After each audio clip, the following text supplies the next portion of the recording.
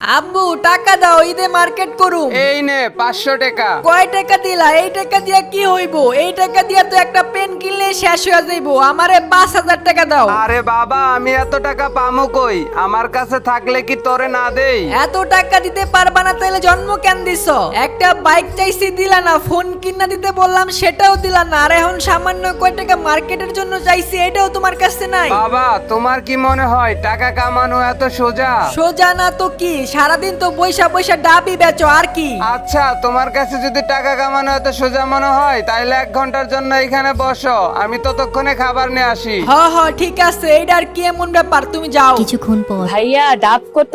Madam, এক piece 90 টাকা। দান ডাবাতে শুরু করে দিছো, এর চেয়ে ভালো নারিকেলের পানি তো দোকানে পাওয়া যায়, তোর থেকে নিমু না যা। এরপর এই ছোট 3টা নারকেল প্যাকেট করে দে। এই নেন স্যার। ঠিক আছে। স্যার টাকা দিলেন না? তোর সাহস কত বড়, তুই পুলিশের কাছে টাকা চাস? 1 ঘন্টা পর কি বাবা, কত টাকা কামাইছো দেখি? আব্বু আমি সরি, আমারে মাফ করে দাও।